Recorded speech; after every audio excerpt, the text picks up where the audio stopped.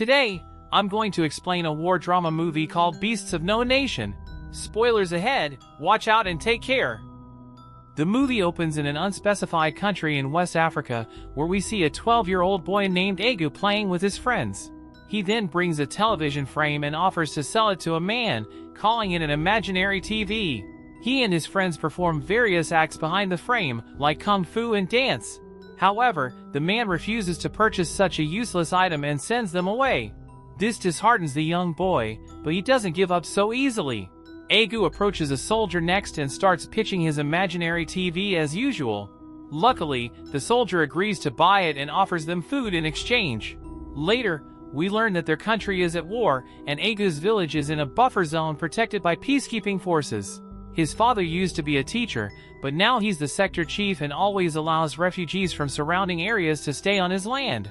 Meanwhile, his mother stays at home and cares for Egu and his siblings, which includes his older brother and little sister. In the evening, as his small family is eating dinner, Dad notices the TV is missing its frame. As a result, Egu immediately flees the house and sleeps outside to avoid punishment. Days later, the villagers learn that the government has with military-aligned rebels seizing control of the country. As the rebel forces attack the village, many people flee to the capital for safety. Egu's father also decides to send his family there, while he and his oldest son remain behind. Mom is very unhappy with the decision, as she doesn't want the family to be separated. But Dad manages to convince her, saying that he needs to defend their homeland. The next day, a mass evacuation begins, and many villagers flee to the capital. Egu's father brings his wife and children to the bus station, but the majority of the vehicles are full and people are desperate. The driver says he can only take the woman and the little girl, so Egu must stay behind. The father argues with him and offers to pay a large sum of money, but the driver refuses. In the end, only the mother and little sister end up leaving, while Egu stays behind with his dad and brother. Days later, the village is caught up in a battle between government forces and rebels during the shootout. Egu's family and a few other men manage to hide inside a shed while avoiding gunfire. Unfortunately, government troops soon discover their hideout and apprehend them. The soldiers then accuse them of being rebels, which Egu's father denies. He says that he's the sector chief of the village and just stayed behind to protect their land. Unfortunately, the soldiers don't believe them and accuse them of being enemy spies. His father is then shot and killed, and his eldest son also suffers the same fate. The only one who manages to escape is Egu, and he somehow makes it to the jungle. He then wanders the forest alone, eating whatever edibles he can find. After a few days, he gets accidentally caught up in a rebel ambush. As he ponders what to do next, someone hits him and knocks him out. When he awakens, he sees a group of rebel soldiers, mostly children and teenagers. It turns out they are from a group called NDF, which stands for Native Defense Forces. They apprehend Egu and decide to punish him, assuming he is a government spy. To decide his fate, they bring him to their leader, known as the Commandant. When the Commandant asks who caught the kid, a mute boy named Strika signals that he did. Following this, the Commandant summons his subordinate 2IC and asks what should be done with Egu. 2IC claims that he's only a boy and appears harmless, but the Commandant disagrees. He states that even a small child has eyes to see and hands to pull a trigger. He then questions Egu about who he is and what he's doing there. The boy nervously describes how government soldiers attacked his village and killed his family. Hearing this, the Commandant sympathizes with the boy and announces that Egu will now join the NDF. He promises to train him to be a soldier so that he can avenge his family's death. The poor boy has no option but to comply to save his life. Afterward, the group begins marching forward and Egu is assigned to carry their weapons. They soon arrive at their camp and begin eating, but don't give anything to Egu. When he asks for some food, a guy named Preacher laughs at him, saying he won't get anything since he isn't a warrior yet. Instead, he orders the boy to stand up and salute them until he asks him to stop. Meanwhile, Strika is summoned to the Commandant's quarters, which he reluctantly obliges to. Over the next few days, Egu and the other kids go through brutal training to join the NDF. The Commandant also feeds them propaganda, claiming that the NDF is gradually winning the war and that they will be reunited with their families soon. The boys are tortured with burning wood, beaten, cut with sharp blades, and buried in pits. During this time, Egu forms a bond with Strika since they are the youngest and share the same age. After some training, they leave the camp and plan a surprise attack on government vehicles crossing a bridge.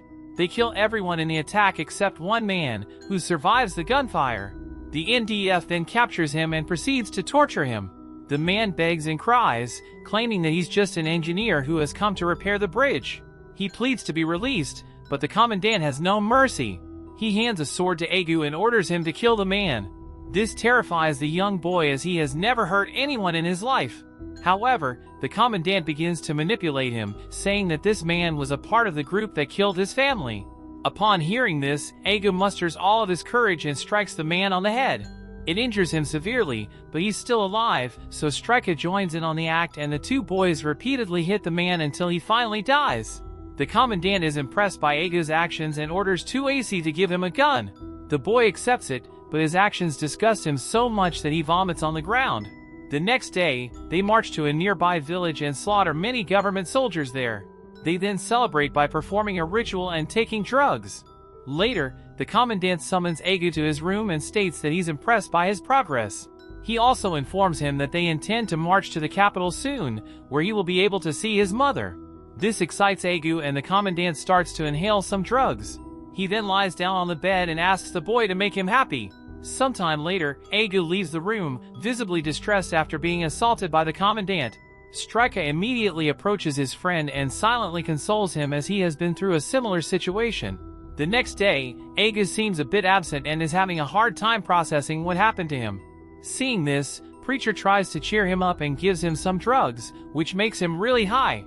In the afternoon, the group arrives in a village and begins terrorizing the locals.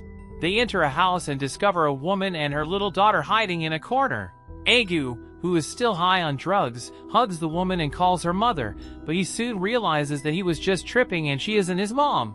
He then notices Strika and a few boys beating the little girl and eventually killing her. Meanwhile, the mother is being assaulted by Preacher.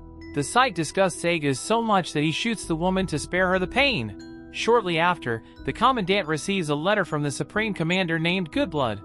It turns out that Goodblood has summoned the group to the rebel headquarters to meet with him. The commandant then gathers his soldiers and tells them to prepare to leave. He especially tells Strika and Egu to stick close to him because he cares about them. The following day, the group arrives at Goodblood's office. The commandant becomes impatient with his superior for not ordering an attack on the capital. He suggests they proceed, but Goodblood informs him that their plans have changed and they will no longer attack the capital. He also reveals that the commandant is not being promoted as he had hoped, but rather being removed from his position.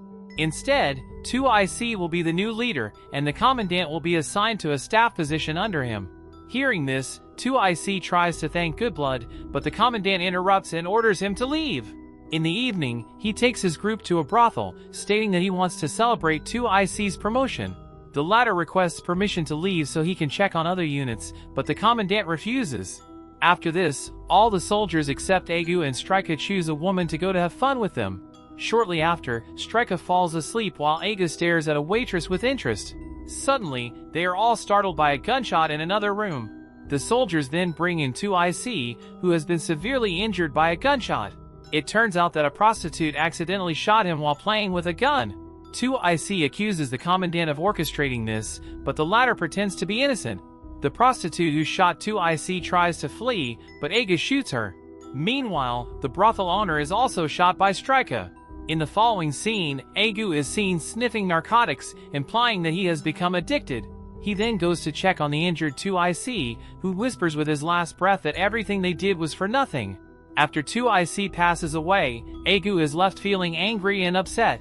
The commandant also pretends to be devastated and expresses how much 2IC meant to him. Afterward, a small funeral is held for 2IC, during which the commandant declares Supreme Commander Goodblood their new enemy.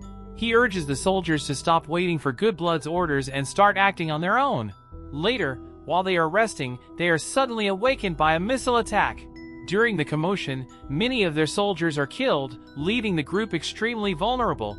After the gunfire subsides, the group prepares to leave, but Strika is reluctant to move. Egu checks on him and is shocked to discover that he's been shot in the chest. He then carries his friend, hoping they can reach a village to treat his wounds, but shortly after, Strika passes away on his back. Egu is devastated by his death and screams over his body, pleading for him to awaken. However, the other soldiers manage to calm him down and take him away from there. Following this, the remaining members of the group seek refuge in a gold mine, hoping to find gold to pay for supplies. But as time passes, their ammunition runs out, leaving them unable to defend themselves against invading enemy forces. Aegu speaks with the commandant about this situation, but the latter tells him how much he cares for him and considers him a son. He then asks Aegu to take care of him as a son would take care of his father. As they speak, Preacher arrives and rallies the soldiers to abandon their positions and surrender to the UN. He warns them that if they stay, they will starve to death or be killed. The commandant refuses to let them go, claiming they will die within weeks or be imprisoned. He also states that even if they return to their village, their families won't accept them because of their war crimes. This results in a heated argument between them, and Preacher even points a gun at the commandant. However, the latter is aware that there are no more bullets left. Aegu also aims his gun at the commandant, who feels betrayed by his actions. He eventually lets them go, but warns them that they will regret it when they are poor and starving in the middle of nowhere. The soldiers then depart, and as Aegu follows them, the commandant looks at him with a hurt expression. Shortly after, the group encounters some official UN soldiers and surrenders to them. Days later, Aegu and the young soldiers are sent to a missionary school in a safe part of the country. However, due to the long war, Aegu feels uneasy in the peaceful environment and is unable to fit in with the other children. He suffers from drug withdrawal and frequently has nightmares about his past. Meanwhile, Preacher is also having trouble adjusting and believes the commandant was correct. He eventually runs away from the school to rejoin the war. In the final scene, Aegu talks to a school counselor, who tries to get him to open up. Aegu responds that he has done some terrible things but refuses to go into detail. He is afraid that she won't understand him and will think of him as some kind of beast. So he tells her about how he used to be a good boy and was raised by a loving family. The movie then ends as we see Aegu finally joining the other boys to swim and play in the ocean,